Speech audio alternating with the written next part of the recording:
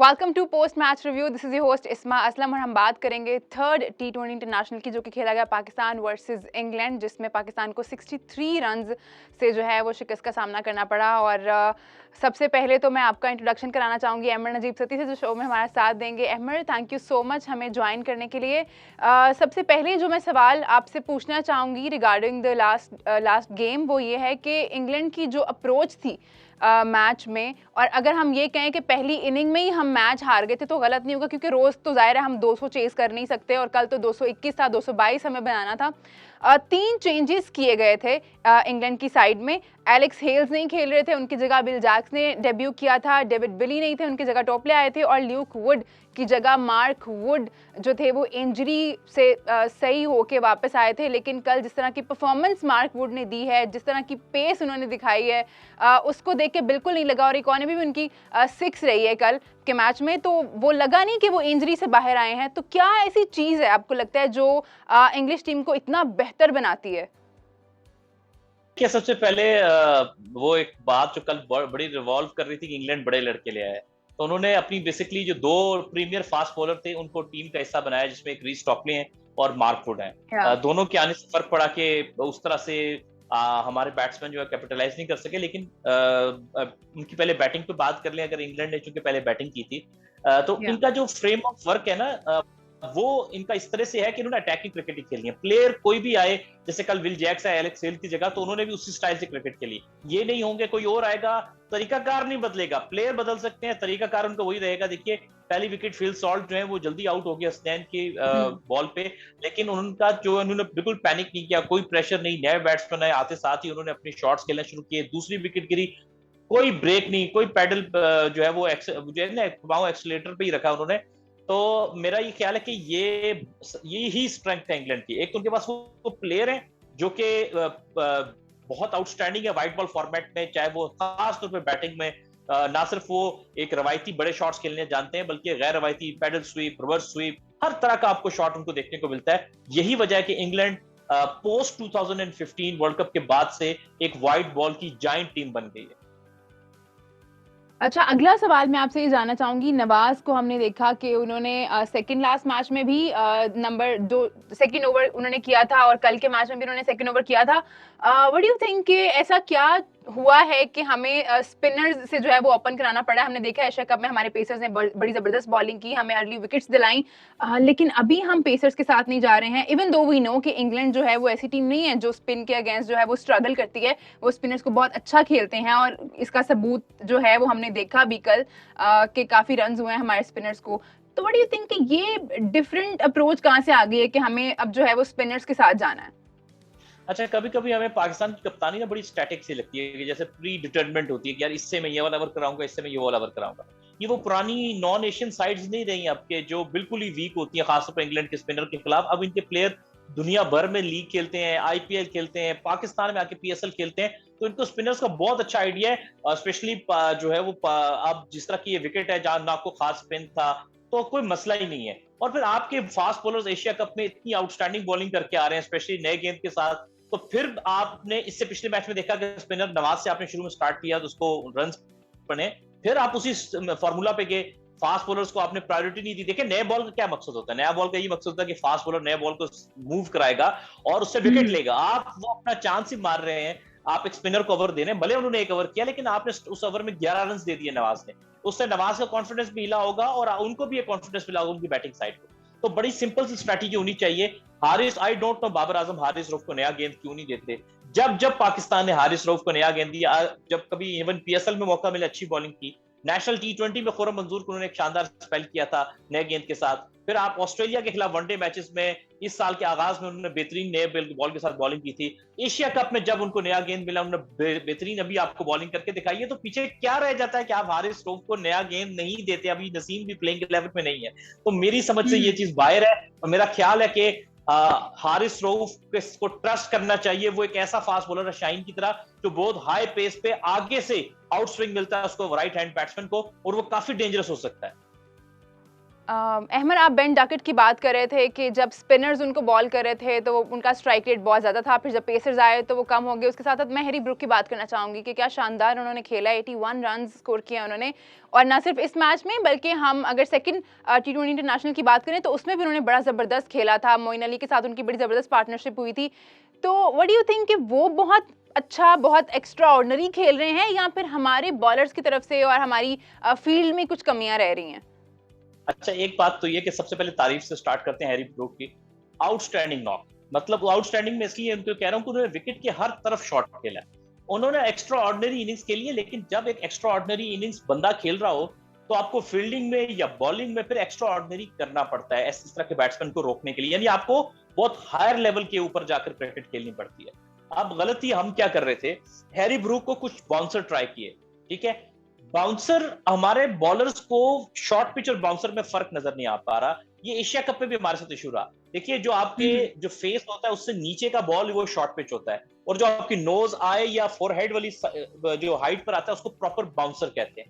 हमारे बॉलर, अगर आप फुटेज निकाल के देख लीजिए, हमारे बॉलर उनको शॉर्ट पिच बॉल करते हैं। करता क्या है हैरी ब्रूक के, वो अपना ऑफ स्टंप छोड़ के लेग स्टंप की तरफ आ जाता है ताकि वो रूम क्रिएट करे, एक्स्ट्रा कवर लॉन्ग ऑफ की तरफ मारे, और अगर उसको बॉडी पे गेंद आ जाए तो वो वहीं से तैयार होता है कि वो ऐसे आपको पुल कर दे। कल हमारे बॉलर्स उसको बॉडी पे फॉलो तो करने की कोशिश की, लेकिन वो उसको शॉर्ट पिच बॉल यानी तकरीबन नेक हाइट पे या यहाँ पर कहीं चेस्ट हाइट पे गेंद करते रहे, जो उसके लिए बड़ी आसान थी। बैट्समैन अमूमन वहां टेस्ट होता है जब उसको नोज या आई हाइट के ऊपर गेंद आता है, जहां उसका विजन इतना अच्छा नहीं रहता है। तो शायद मैं प्रोबेबिलिटी की बात करूंगा कि शायद वो उस पर फंस जाते।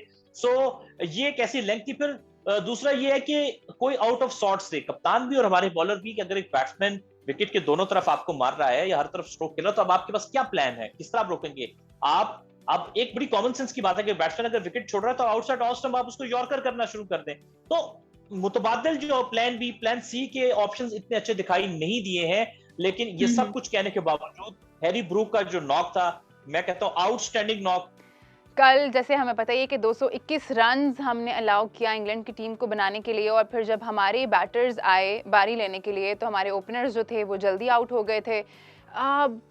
इस कल के मैच को देख के अमर, यही लग रहा है कि जब हमारे ओपनर्स कुछ नहीं करेंगे तो हम नीचे वालों पे तो बिल्कुल रिलाई कर ही नहीं सकते। वो तो हमें पहले ही पता है कि मिडिल ऑर्डर के कितने मसले चल रहे हैं, उस पर कितनी बातें हो रही हैं। लेकिन कल एक अच्छा मौका था कि अगर चलो सही आप मैच नहीं जीते, बहुत ज़्यादा रन्स थे क्योंकि आप लोगों पे पहले ही इतना प्रेशर है, लेकिन आप एटलीस्ट मैच को क्लोज लेके जा सकते थे। गिवन द पॉइंट कि हमारे पास कितनी बॉल्स पड़ी हुई थी, हमारे ओपनर्स तो जल्दी आउट हो गए थे, तो पूरा मैच पड़ा हुआ था बनाने के लिए। So what do you think कि क्या करना पड़ेगा हमारे मिडिल ऑर्डर को? स्पेशली मैं हैदर अली की बात करना चाहूँगी यहाँ पे कि कल उनके पास अच्छा मौका था अपने आप से प्रेशर हटाते।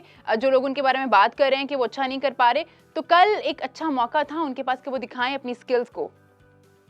अच्छा, मैं सीरीज टू सीरीज आपके 2-3 सवाल इसमें जमा हो गए, इसका जवाब दूंगा। सबसे पहले ओपनर्स पे बात कर लेते हैं। मेरा ख्याल है कि कल का जो लास्ट सेकंड T20 था और थर्ड T20 था, इसमें एक चीज उसने प्रूव की है कि आपके ओपनर सबसे मेन पिलर है आपकी बैटिंग। वो जब चलते हैं तो आप मैचेस जीतते हैं, वो नहीं चलते तो आप बैठ जाते हैं, ठीक है। ये पहले डिबेट चल रही थी ना कि ओपनर्स का स्ट्राइक रेट कम होता है, उनको थोड़ा तेज खेलना चाहिए। आपने देख लिया होगा कि आपका मिडिल ऑर्डर इस कैपेबल नहीं है कि आपके ओपनर्स अगर शुरू में बहुत ज्यादा, मैं ये नहीं कहता बिल्कुल चांस न ले, चांस तो लेना चाहिए, कैलकुलेटेड चांसेस लेने चाहिए, लेकिन अगर बहुत ज्यादा चांस लेके मिसाल लेंगे रिजवान बाबर जल्दी आउट हो जाए तो पीछे आपके इस वक्त इतने कैपेबल प्लेयर नहीं है सिवाय शान के कि वो इनिंग को लेके चल सकें। सो आपके ओपनर्स बहुत इंपॉर्टेंट हैं, और आप जब आपके ओपनर्स चले हैं, चाहे वो जो भी ऑपोजिशन हो, पिछले 2 साल में आप देख लीजिए, जब वो चले और लंबा खेलें, पाकिस्तान ज्यादातर मैचेस जीता है। ऐसा वो प्रॉब्लम तब होता है कि जब वो लंबा चले और पाकिस्तान ज्यादातर मैचेस हार रहा हो, एक बात। दूसरी बात यह है कि कल वो आउट हो गए, कोशिश कर रहे थे। मार्कवुड का जो स्पेल था इसमें, मैंने रिसेंट पास में इतना तेज स्पेल नहीं देखा क्रिकेट में। वो बॉलिंग कर रहे थे, दुनिया का कोई भी बैट्समैन होता तो वो उस पर घबराता और उस पर फंसता। जितनी स्पीड से वो 150 उनकी एवरेज स्पीड थी, और 156.2 का गेंद भी उन्होंने किया। सो बाबर को वो बॉल बहुत तेज आया, बाबर स्लाइस हुआ तो वो बिल्कुल थर्ड मैन की बाउंड्री पे कैच हो। उस पर भी एक कंट्रोवर्सी चल रही है कि हम थर्ड अंपायर ने चेक नहीं किया, माइट भी कि वो शायद बाउंड्री रोप से बीस स्टॉपली का कैच चेक हो गया था, उनका पाँव जो टच हो गया था। अब इसमें को मैं पक्की बात तो नहीं कर सकता, लेकिन स्पेकुलेशन चल रही है। अब बात करते हैं कि बाबर और रिजवान आउट हो गए तो आगे क्या करना चाहिए था। बात यह है कि मेरा ख्याल है कि अब हमें फील, जो बैटिंग खेल रही है, में फील आ रही है कि शायद शान को तीसरे पे रहना चाहिए और हैदर को चौथे पे आना, जिसकी वजह है कि हमारे सोशल मीडिया का एक मिजाज है कि जो प्लेयर बाहर बैठा हो वो हमें सबसे अच्छा लगता है। Nothing to take away from any player, but मैं ग्राउंड रियलिटी सामने रखना चाहता हूँ। Haider Ali short of match practice है, क्योंकि ना नेशनल टी20 खेले, क्योंकि एशिया कप में पाकिस्तानी टीम के साथ थे, अभी भी पाकिस्तानी टीम के साथ ट्रैवल कर रहे हैं। हैदर अली का जो पाकिस्तान कप 2022 का वो बहुत पुअर गया था। प्लेयर तो बहुत आउटस्टैंडिंग है, लेकिन वो राइट बैटिंग टच में नहीं है। इस वजह से जब उनको कल वो आउट हुए तो इतने अजीब तरीके से आउट हुए, आंखें बंद करके शॉट खेल दिया और विकेट अपनी थ्रो कर दी।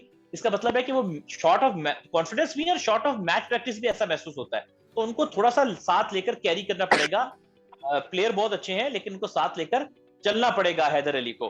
सो आप ये देखिए, अच्छा ये बात हो गई, हैदर अली का पॉइंट मैंने एड्रेस कर दिया कि उनके साथ क्या इशू आ रहा है और वो किस तरह रिजॉल्व होगा, कि आप उनको साथ साथ खिलाना पड़ेगा तो वो सेट हो जाएंगे, थोड़ा आपको बड़े दिल के साथ।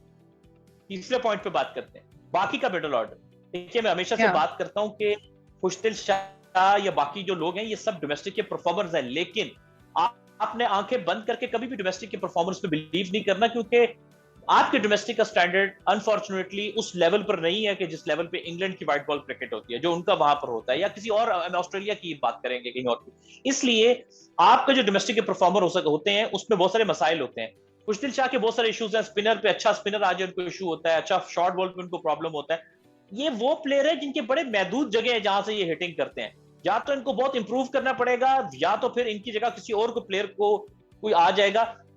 इस अप्रोच के साथ गूगली इनसे रीड नहीं हो रही। इसमें हैरानगी की बात है कि पाकिस्तान ये एक ऐसा मुल्क है जहां पर को मास्टर ऑफ स्पिन कहा जाता था। गूगली के बारे में तो एक्स प्लेयर कहते थे कि गूगली हो तो वो मुंह से पहले बोल देते थे कि तुमने गूगली किया, गूगली बोल के फिर शॉट मारते थे। तो यहाँ पर खुशदिल शाह भी गूगली पे आउट हुए, नवाज से भी गूगली रीड नहीं हुई, दोनों से रीड नहीं हुई और दोनों गूगली पर आउट हो गए। तो ये एक लम्हा फिक्रिया है और हमारे मिडिल ऑर्डर के सीरियस कंसर्न्स हैं जिनको रिजॉल्व करने की जरूरत है। Thank you so much Ahmar, काफ़ी डिटेल डिस्कशन कर लिया हमने मैच के बारे में। और एक चीज़ जो मैं यहाँ पे मेंशन करना चाहूँगी वो ये है कि हमें आई थिंक जो बड़े रन्स हो रहे हैं हमें उस चीज़ के बारे में इतना परेशान होने की ज़रूरत नहीं है, बिकॉज हम लोग भी अपनी फुल स्ट्रेंथ बॉलिंग के साथ तो खेल नहीं रहे हैं। नसीम शाह नहीं खेल रहे हैं, हमारे पास शाहीन नहीं है, हम शादाब के बगैर खेल रहे हैं, तो ज़ाहिर रन्स तो होंगे। आई होप कि जो अहमद ने भी बात की है अभी कि इस पूरी सीरीज़ को हमें एज एन एक्सपेरिमेंट लेना चाहिए, और बाबर ने भी मेंशन किया था ये कि हम इस जो सीरीज़ है इसमें अपने डिफरेंट कॉम्बिनेशन ट्राई कर रहे हैं before the world cup. So hope so कि अगला जो मैच होगा उसमें हम अच्छी बातें डिस्कस कर रहे होंगे, और हम ये डिस्कस कर रहे होंगे कि किस तरह से बेटर कैप्टनसी की गई है हमारे कैप्टन की जानिब से, और किस तरह से जो हमारा मिडिल ऑर्डर है वो अच्छा परफॉर्म करने लग गया है। सो आज के शो से हमें इजाज़त दीजिए, अपना बहुत ख्याल रखिए, मुलाकात होगी अगले एपिसोड में। अल्लाह हाफिज़।